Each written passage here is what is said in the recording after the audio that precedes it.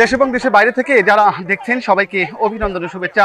দর্শক, আমি এই মুহূর্তে রয়েছি গাইবান্ধার সুন্দরগঞ্জ উপজেলার যে ভাটি কাপাসিয়া গ্রাম, সেই ভাটি কাপাসিয়া গ্রামের যে অর্থাৎ এই গ্রামের পাশ দিয়েই কিন্তু এরকম তিস্তা বয়ে গেছে। আপনারা দেখছেন যেখানে চিত্রে কয়েকশো মানুষ এই তিস্তার পারে তারা এরকম দাঁড়িয়েছে, তারা মানববন্ধন করছে, তারা দাবি নিয়ে মানববন্ধন করছে এবং তারা যেটি বলছেন তাদের কাছ থেকে নৌকা ভাড়া বেশি নেওয়া হচ্ছে এবং এই নৌকা ভাড়া কমানোর দাবিতে তারা কিন্তু এখানে একত্রিত হয়েছে, মানববন্ধন করছে। তারা যেটি বলছেন যে অনেক কিন্তু এই যে তাদের কাছ থেকে অনেক বেশি ভাড়া নেওয়া হয় নৌকায়। একটু যুক্ত হব, এই মানুষগুলো কেন দাঁড়িয়েছেন এখানে বলেন তো, এখানে কেন দাঁড়িয়েছেন? আমরা মানববন্ধন করার জন্য বেরিয়েছি, শুধু দাবি আমাদের হলো আমাদের ভাড়াটা কম করার জন্য আমাদের আকুল আবেদন। এখান থেকে যেটি বলা হচ্ছে যে এখান থেকে হাজার হাজার মানুষ এই চর দিয়ে যাতায়াত করে, এই হাজার হাজার শিক্ষার্থী যাতায়াত করে, হাজার হাজার কৃষক যাতায়াত করে, হাজার হাজার ব্যবসায়ী যাতায়াত করে, কিন্তু তাদের কাছ থেকে পর্যাপ্ত পরিমাণ ভাড়া না হয়, যার কারণে আজকে কিন্তু কয়েকশো মানুষ তিস্তা পারে এরকম মানববন্ধন করছে। একটু যুক্ত হবো, কথা বলি।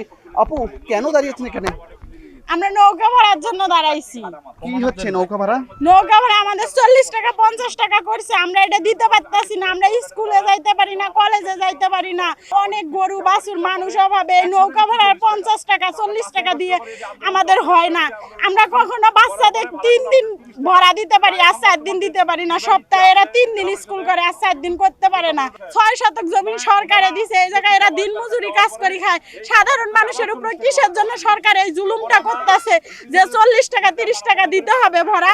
আমরা এটা সাধারণভাবে 10 টাকা ভাড়া চাই, এর উপরে আমরা ভাড়া দিতে পারবো না। এখানে কিন্তু এই মানববন্ধনে কয়েকশো নারী অংশগ্রহণ করেছে। এখান থেকে তারা যেটি বলছেন যে তাদের এরকম তাদের সন্তানরা এই নদী পার হয়ে তারা শিক্ষা প্রতিষ্ঠানগুলোতে যায়, কিন্তু এই যে একজন শিক্ষার্থীর ভাড়া লাগে 30 থেকে 40 টাকা।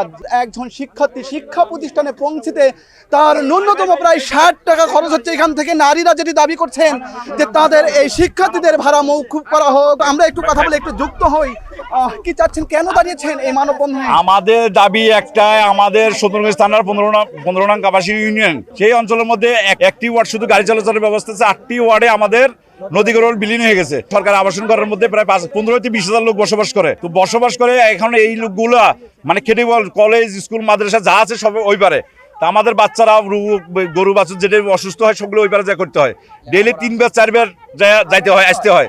তো আগে ছিল 10 টাকা, 10 টাকা থেকে করলো 20 টাকা, 20 টাকা থেকে করে ভেসিস আওয়ামী লীগের আমলে করছে 40 টাকা। জেলা পরিষদের নির্বাহী বললো যে আগামীবার আমরা চেষ্টা করি 10 টাকা করার জন্য, কিন্তু দুঃখজনক হলো সত্যি এবারকে ঘাটটা ডাকার পরে উনি ভাড়া করলো আবার 40 টাকা।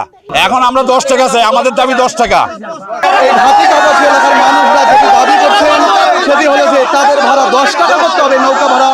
শিক্ষার্থীরা এখান থেকে ফিরে তাদের শিক্ষা প্রতিষ্ঠানে যাবে, এমনটা দাবি নিয়ে তারা এই তিস্তা পারে কয়েকশো মানুষ তারা একত্রিত হয়েছে। তারা এই দাবি করছে জেলা প্রশাসকের কাছে, তারা এখান থেকে দাবি করছে তাদের ভাড়া কমানো হোক, শিক্ষার্থীদের ভাড়া ফ্রি করে দেওয়া হোক। গাইবান্ধার সুন্দরগঞ্জের ভাটি কাপাসিয়া এলাকা থেকে রবিউল ইসলাম, সময়ের কণ্ঠস্বর।